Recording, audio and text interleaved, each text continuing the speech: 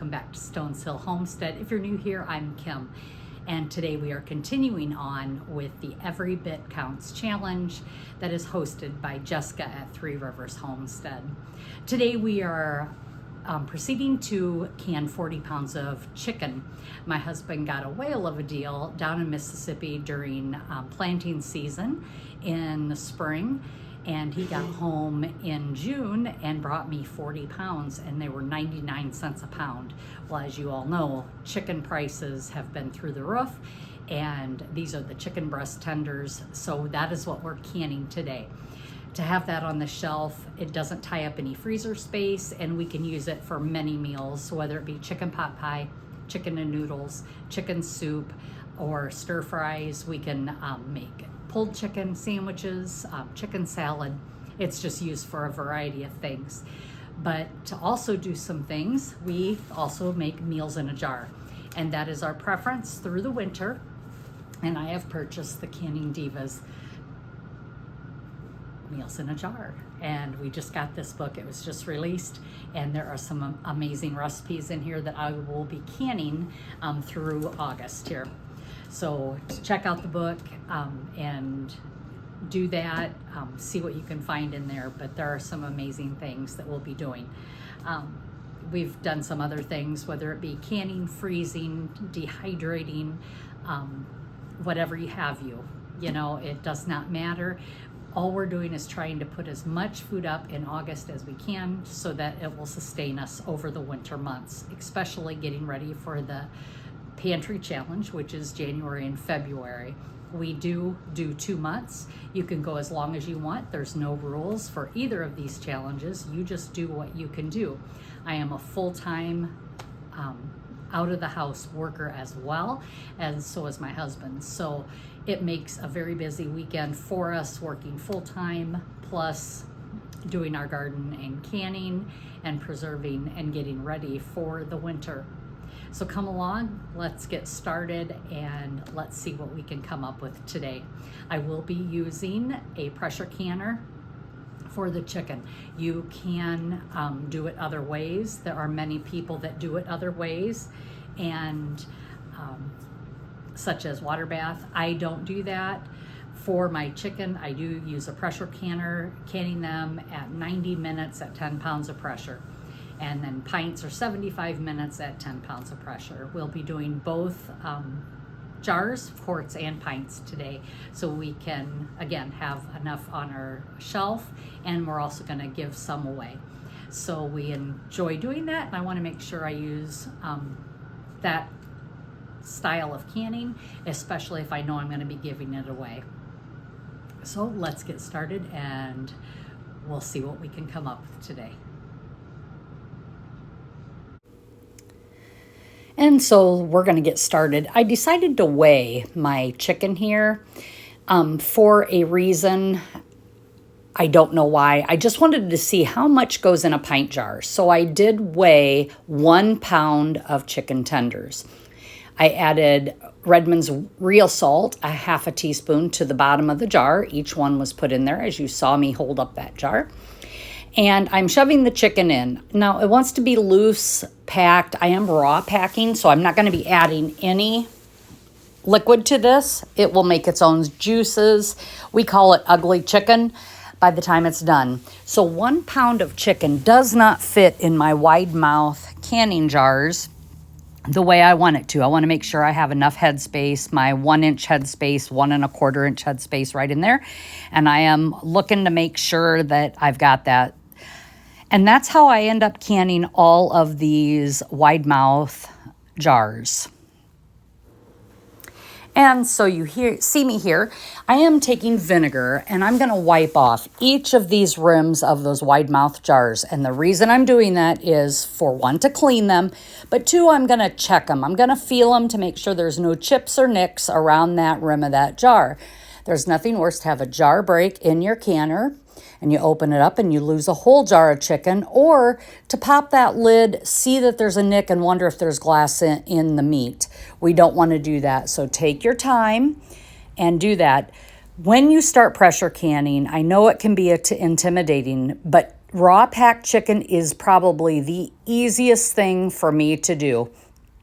And I think that was probably one of the first things that I did with pressure canning was raw packing meat. I started with beef and now I do chicken. There's only one beef that I don't prefer in the pressure canner, and that is ground beef. It has a weird texture. And so I do go outside of the standard when it comes to ground beef. And we'll go into that in another video. But again, real salt, do not use table salt. It has iodine, it clouds up your meat, it makes it look bad. You want to use canning salt when you are putting that in the jar. And now I'm bringing over my lids. I do wash and warm my lids. I have always done this. It's creature of habit, and I am putting on 4 jars lids. By far, these are the best lids I have ever found. Ball used to be my favorite, but they have decreased in quality over the years. And when I'm pressure canning, I do not want to have a failed seal. So I do use 4 jar lids. And they are a great price. If you don't need them right now, waiting till Black Friday at Christmas time, the day after Thanksgiving. They had a whale of a deal last year, and I'm sure they will have other sales. I don't have a code to give you. I wish I did. I have asked for a code from 4 jars, but I have never received one after many attempts. But I do love their jars. I recommend their lids for this. When you put on the rings, you don't want to crank them down. So you can see me here. I'm turning it and then I back it out just a little bit and then retighten just a little bit.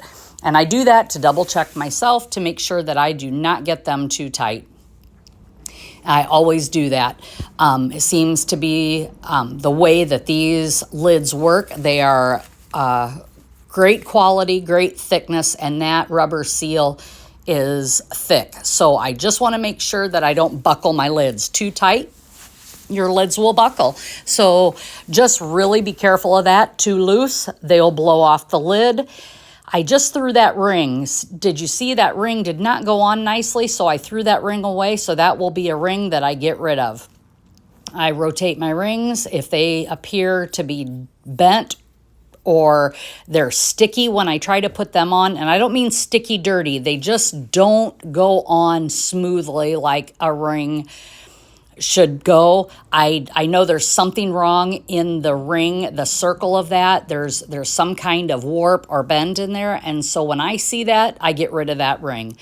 I've got plenty of rings in storage, and you just don't need a lot of them. So I'm gonna take that lid, I'm gonna get another lid. There's, since I touched the inside of that lid, I'm going to get another clean one. And then I will get the ring back on this. And these pints are ready for water bath canning.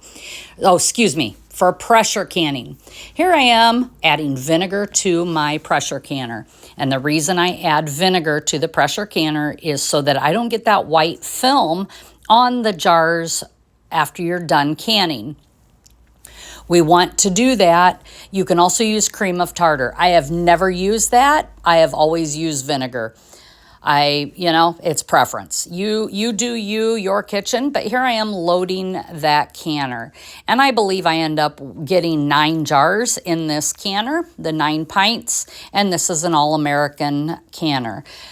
Follow your manufacturer's instructions for canning for your elevation. For my elevation in northern Indiana, I will be doing pints at 75 minutes at 10 pounds of pressure. The one thing nice about the All-American is it does not have a seal. You have to use olive oil around that beveled edge. You'll see me here do that in a second. And you have to make sure the lid is on level, and then you tighten it down. I'm trying to figure out here, nope, not gonna work. We're gonna stick with those 8 jars, and that's just how many it's gonna be. And I'm adjusting it just to show you what not to do. Do not let your jars touch. So I'm showing you what people do, and that can cause a break. We don't want that. So here I am pulling them back out just to show you, to make sure that there's no banging up one another. I want to make sure that everything is got its space to pressure can nicely and not risk that. And here I grab my olive oil, and this is what creates the seal on the All-American canner. Now, I know these canners are heavy, and I understand that. They are also a huge investment. They are spendy. The other canners are perfectly fine. The Presto, I believe there's a Miro brand. There is the electric canners. This is just what I have. This is what I invested in, and this has lasted me many years. I actually have two of them. I have this small one, plus I have another one that I can get like 18 pints in it, I believe. Maybe 19, but I think it's 18 pints in it. It's I double stack that one. This one is just a single stack, and I can get 7 quarts and 9 pints in this one. Now I will be putting on the lid. One thing about this is you have to make sure that it is level. So you are going to click it in, it slides, it turns, you match up the arrow with the divot on the bottom of the pan or the bottom of the canner and the arrow on the top. And you make sure that is, here's my trusty tool. I use a citrus peeler from Tupperware, and that just creates the lid to be level. I run that around in between the edge, and it just levels out that lid so nice. I have never had a tool to do it. Otherwise, you have to eye it to make sure it's level, and this is just what I use. It's a perfect measurement for me to get that lid level. And then I run it around a couple times to make sure that that goes nicely. The next thing I will be doing here is putting on the wing nuts. Now, the wing nuts always hang on the bottom, and when you start tightening up that, you are going to tighten them up across from one another. So you see me take that first one, and now you're going to see me take the one that's directly across from it, and we are going to tighten those two up first. We tighten them up equal, and then we go to the next 2 wing nuts.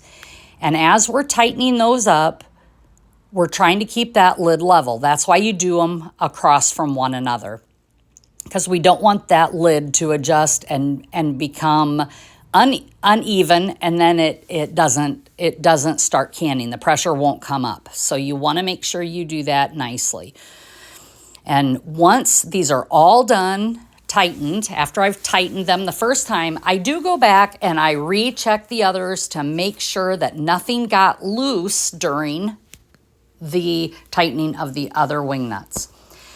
So I turn on the heat. I don't want to heat it up so fast that it causes thermoshock with these jars.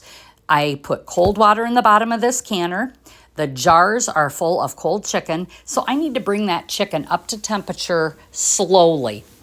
And by doing this, it will prevent that thermoshock and heating them up too fast. So it does take a while.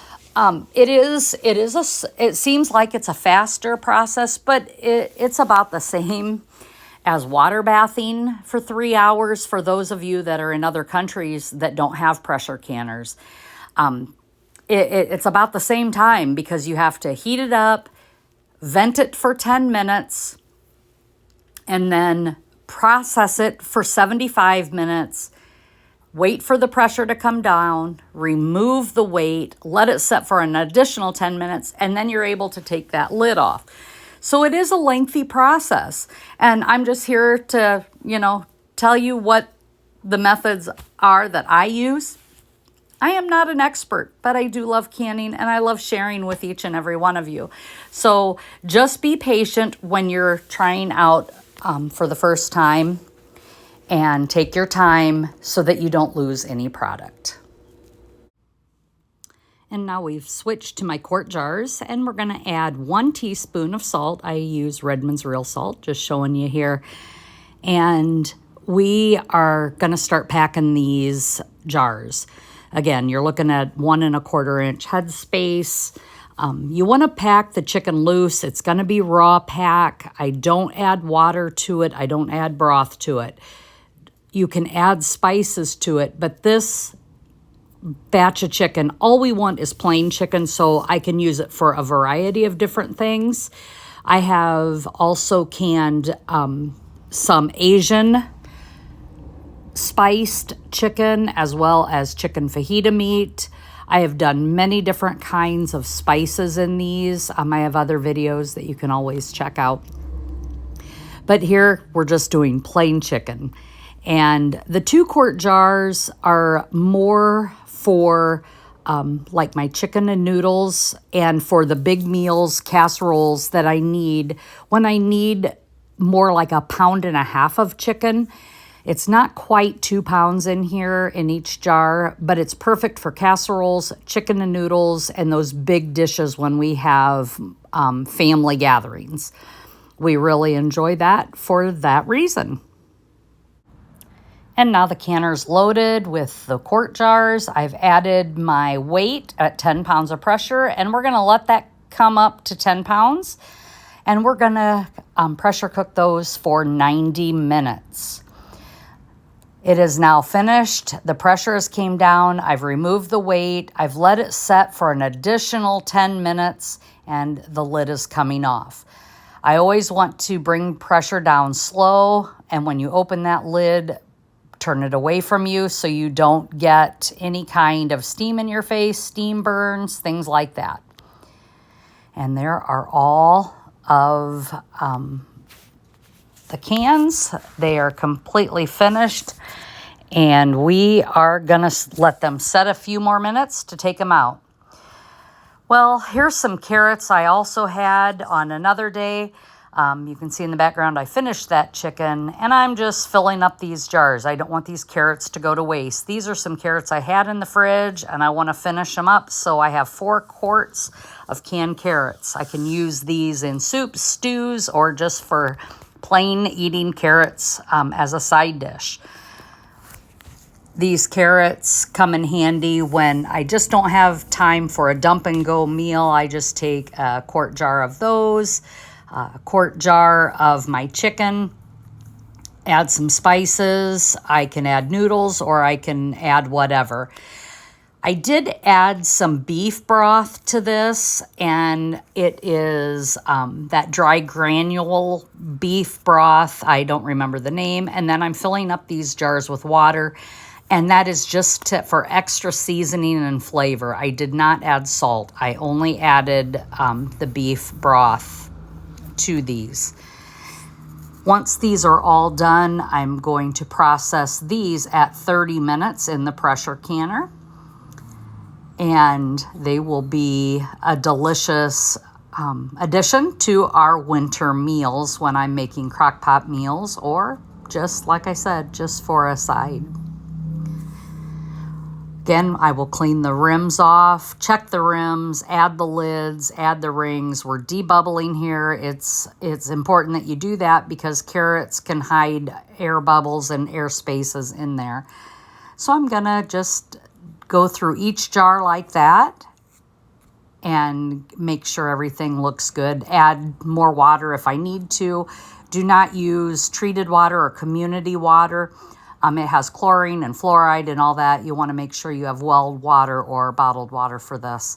It can just change the taste of your product or cloud up your water. So just remember to do that when you are canning vegetables in a place where you don't have well water. Wow, what a weekend. As you can see here, I'm gonna bend down here so you can see me. I've got my chicken all done, and to fill the canner, I ended up adding some carrots to the canning process and some pinto beans just to fill the canners up. I didn't want to run it empty or with only a couple jars, so I did increase that. So I ended up with 10 pints of canned chicken. I ended up with 15 quarts of chicken, 4 pints of pinto beans and 4 quarts of carrots. I have probably a half a bushel of tomatoes I need to take care of. I picked 40 pounds of potatoes, finished out picking the onions, and we'll do some dehydrating this week with some herbs. So that is my weekend of this crazy Every Bit Counts challenge for me. Thanks again, Jessica, and we will see you next weekend. Have a great day, everyone. And as always, be blessed and laugh as much as you breathe.